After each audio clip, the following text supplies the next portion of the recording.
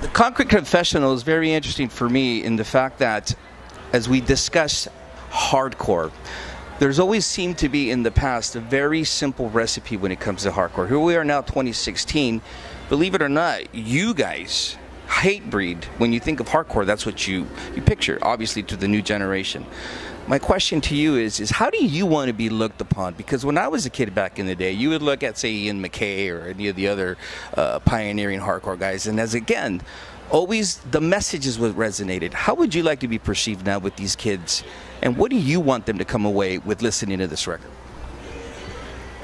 Well, I want people to realize that Hatebreed is a universal band, and I compare it to Motorhead, and even though I've been ridiculed for doing that, and obviously Hatebreed is not Motorhead. We're not. I love Motorhead. Motorhead's the camaraderie, the being universal. Well, yeah, people use it for clickbait. Oh, Hatebreed. People take this music way too serious. It's crazy. I have my Motorhead tattoo here, by the way, and I just like to shout out Motorhead. They're the greatest. But it means the camaraderie. Right. But we're with the fans. The thing that the point that I was trying to make when I said that was that we're a universal band. We don't just cater to one audience. We bring all the people together. Like, that's what I want to be, the band to be known as. Hatebreed was that band that had rock fans at the shows and punk people at the shows and hardcore people at the shows and metal people at the shows. That went on so much when I was growing up. You know, when I would go to shows in the 80s, thrash, hardcore, and punk shows, and you would have that all the time. You don't have that anymore now. It's all these little subgenres and 20 shows a week, and you go to the shows with your little clique, and that's it.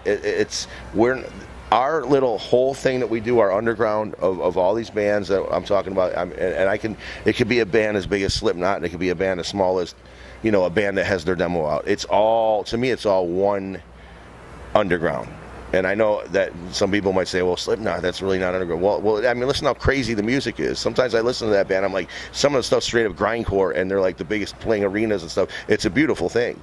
But all of the people that like these bands and are in these bands, we are such a small little puddle compared to the ocean that is the world, that people that frown down upon what we do, I want to, you know, there's no need to divide ever. You know, we all have to stick together. So I want Hatebreed to be known as that band that just would tour with Five Finger Death Punch and then Napalm Death and play a festival in Europe with Wu-Tang Clan and Journey. It doesn't matter. It's all universal stuff, and we all have to stick together. I want Hatebreed to be known more than anything for being a universal band that was always for making the music scenes come together rather than dividing things. Very well put. I don't know if you're aware of this or not, but in the military, regardless of what branch it is, out in hostile, live on fire actions, Hatebreed is one of the tunes, amongst other heavy music, that is listened to consistently. How do you feel about that? And how do you feel about the fact that here you are being listened to in these unbearable conditions where these kids are at, dealing with real world carnage, and yet at the same time, there's a positive message there, even in the chaos and ugliness of combat and war? Well, I just want to make note that I am completely aware of that the troops do listen to this band, and it's very flattering to me because I know that it's not only in the military but in the States in general, it is a country and a hip-hop world. So the fact that they are able to dig and find our music and read the lyrics and realize that, you know, when I was speaking before about the lyrics getting people through hardships and stuff, I was talking about depression or maybe a loss of a family member, but absolutely people in the military. You know, people that are putting their lives on the line to make it so we're able to go all over and do what we do for a living. Like, we are so pro that and so pro America. Like, I can't even speak on it enough. Hatebreed is definitely that band, and you know, as diehard as they come, you know, we dedicate that song to the troops a lot, and it's great when we meet those men and women who are able to let us know that it's our music that gets them through whatever it is they're doing, and I really appreciate it. I mean, for me, it makes what we do even more enjoyable. I mean, we're blessed to be able to play music and go all over the world and make a living out of this, but to hear people, the stories of people, especially the troops, it makes it so much gratifying. I mean, it's incredible. It really is. I want to thank you for taking the time to talk to me. Hatebreed is on tour right now as we speak. The Concrete Confessional. Pick it up now on Nuclear Blast Record. One final comment. Being a live band is so important in this day and age. There are a lot of bands that they think they're live bands, but they're not. There's such a distance, even amongst themselves when they're playing on stage. What the energy that you bring to the stage and the fact that every person that in attendance always seems to be A, mesmerized by the music, and B, disconnected from society and all the madness that's going on in that little brief moment of unity and happiness. How do you do that? Because if you could fucking put that in a pill, you'd be millionaires.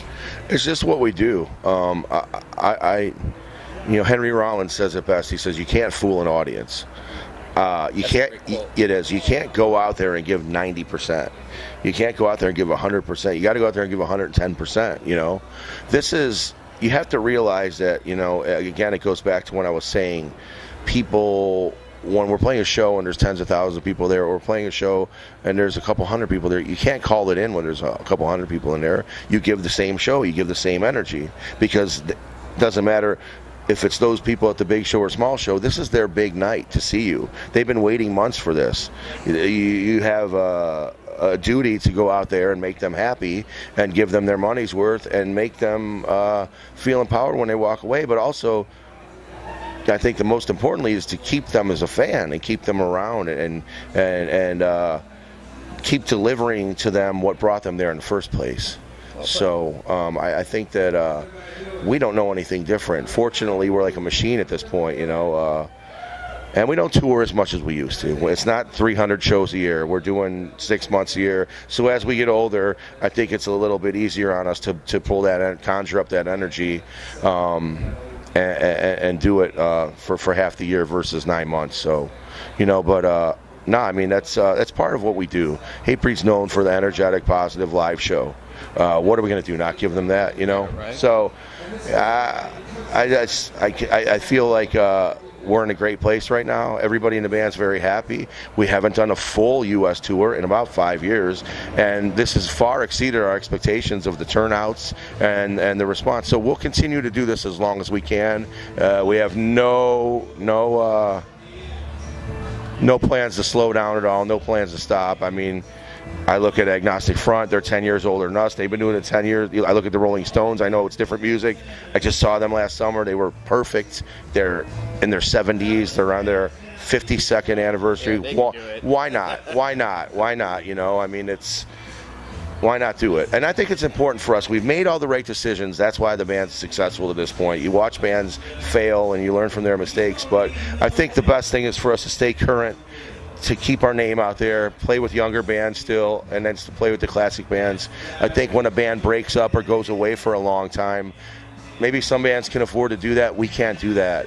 You know, we can't, we're going to call it quits for a few years and come back. I think the fact that we're constantly doing something, you know, obviously Jamie's a machine when it comes to social media and the podcasting and keeping himself and Hatebreed's name out there. So we're very fortunate for that. But, you know, we'll do this as long as we can, so for sure. But we appreciate the support from you guys.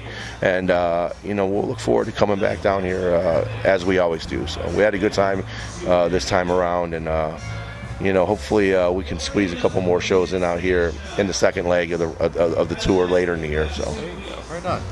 Over 20 years, Hatebreed has been doing what we all know, which is keeping it raw, keeping it real, keeping it live. Pick up the new record. Thank you so much for taking the time to speak with me. Appreciate it, guys. Thank you.